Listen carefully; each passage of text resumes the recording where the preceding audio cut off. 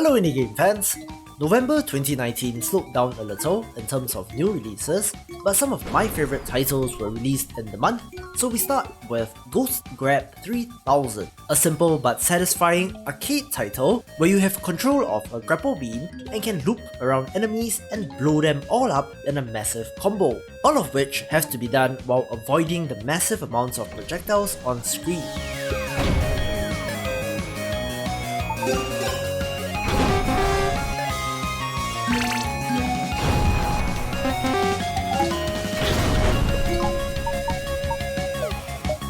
There are power-ups and upgrade options for your robot, which adds to the gameplay loop, and of course, this has an adorable looking pixel art style, which I find rather cute.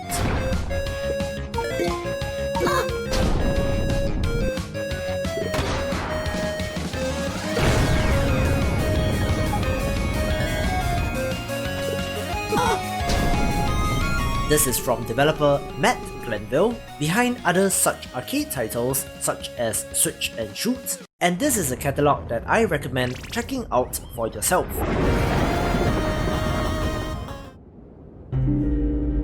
Carl, I don't know when you'll hear this. Are you on that space station yet? You said it was just a routine job. Repairs, comms, time for yourself. I know you want to be alone. You know, it was 20 years ago today. If you love mystery and adventure games, Still There will definitely be of interest. Set on an isolated space lighthouse, play as Carl as you seek solitude while dealing with grief, but there are puzzles, a wacky AI and dark humor. The puzzles in this are quite clever, with a neat art style as well, and of course, this shares some things in common with Firewatch. One day, I mean, really come back. How far is far enough?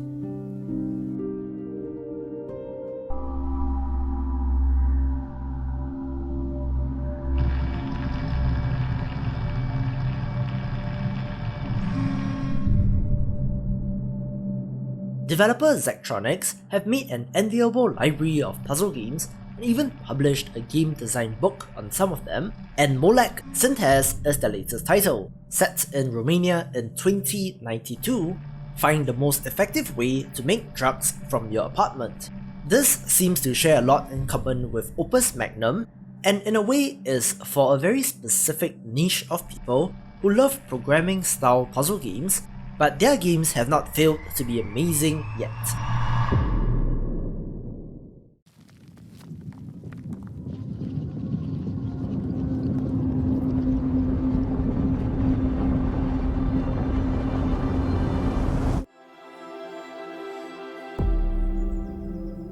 All this time, I thought I was wrong. I won't lie.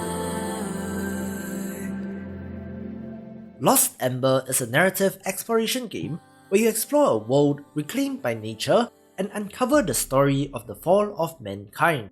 While primarily playing as a wolf, you're able to possess any creature that you come across, from a wombat running through the bushes, to a fish in a lake, or even as a bird soaring through canyons. All our fault. We rise and we fall. This is really a very pretty game, and while the concept is not entirely new, since games like Fugal have done it before, there's something to be said about making a polished up, beautiful version of such a game with a world that is delightful to get lost in.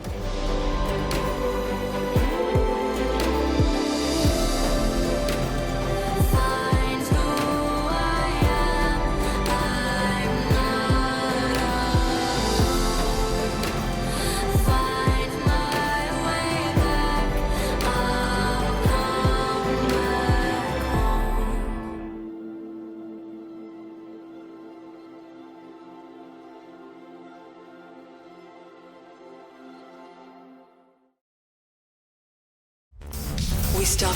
years after 1988.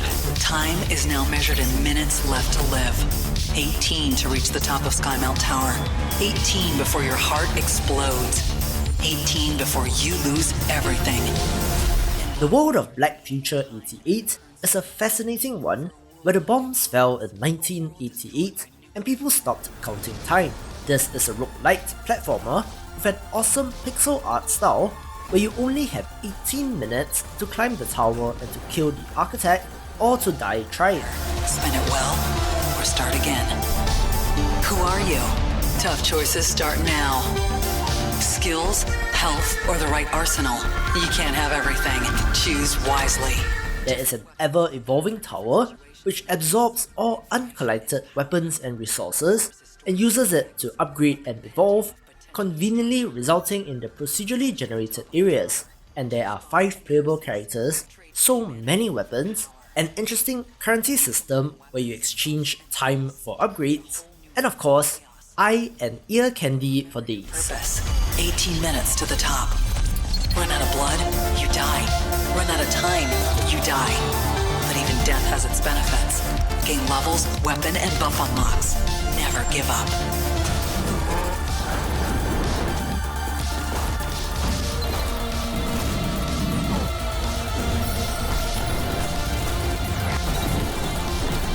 It has meta progression from run to run and just feels great to control, quickly becoming one of my standouts in the genre. Just a quick note, if you are new here and enjoyed the video so far, be sure to subscribe and check out the Discord channel while you are at it. Here's to more indie gaming coverage, so back to the video.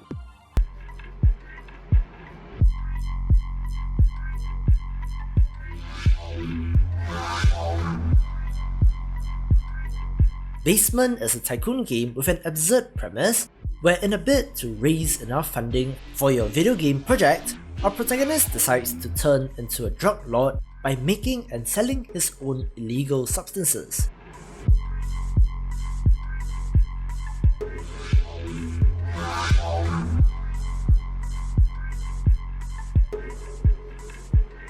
We start off with a simple grow op, which quickly turns to more illicit and dangerous substances, and you have to manage your crew, optimize your production, and defend yourself against criminal gangs.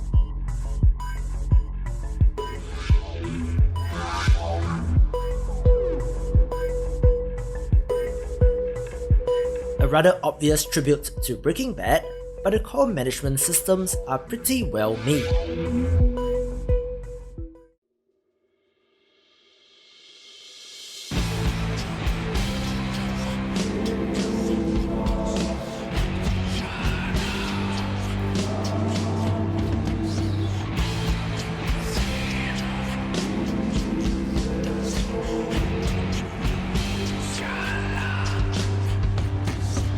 Edmund Macmillan's latest title is The Legend of Bumbo, a prequel to The Binding of Isaac, which, interestingly enough, is a match 4 roguelite puzzle game instead of the more conventional action mechanics.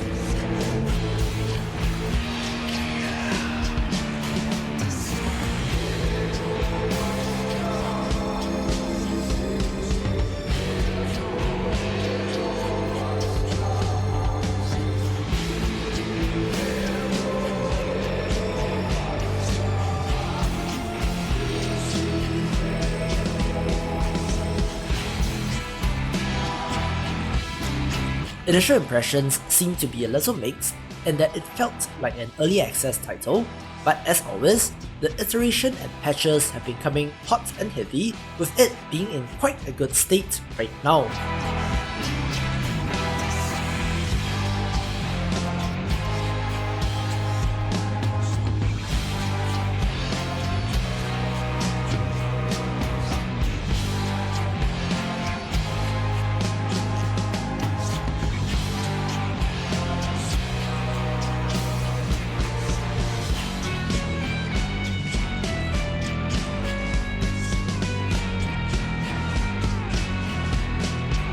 We have multiple playable characters, trinkets and items, all of which are Isaac staples, but the match 4 element is interesting, drawing parallels to games like Puzzle Quest, very unique cardboard art style as well.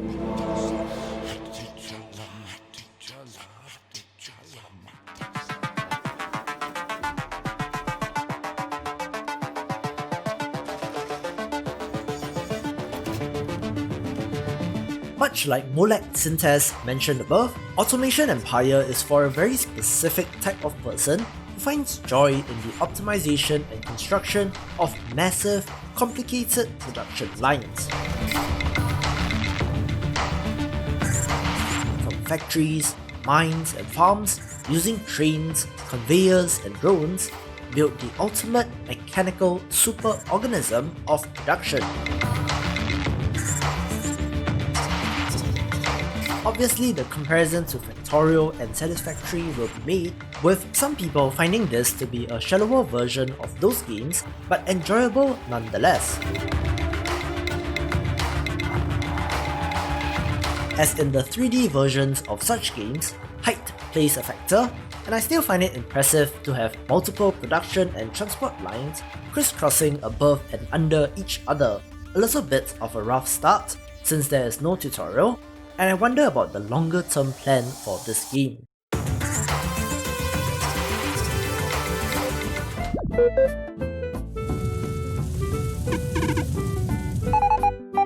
Bug Fables The Everlasting Sapling is a Paper Mario style RPG where you play as a trio of bugs, a bee, a beetle and a moth, on their quest for the Everlasting Sapling, said to grant immortal life. This has been on my radar ever since the start of the year, since it has an awesome art style which is bright and cheery, fun, active, turn-based combat, and characters and dialogue that is well written and can be quite funny.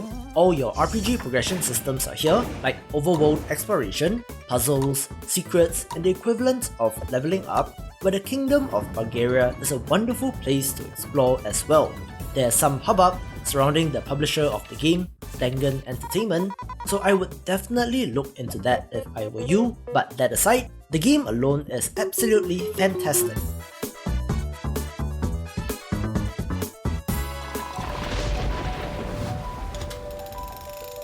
She was out cold when we first found her. Sparklight is a small, roguelite action-adventure title taking inspiration from Zelda-style gameplay with procedurally generated worlds and levels. Taking place in a world where Sparklight is the life force of the planet, it is being aggressively mined and consumed by the Baron and his war machines on his quest for global conquest, and it is up to our heroine to save the day. Love the pixel art, of course, but while roguelite in nature, this is a lot more forgiving than other titles, with fun upgrades and unlocks as you go along. Don't expect Enter the Gungeon levels of replayability, but for what it is, Sparklight is really quite the enjoyable experience, taking the #1 spot. If you enjoyed the video, be sure to like, share and subscribe, check out the recommended playlist or the best pick for you, and I will see you after the jump.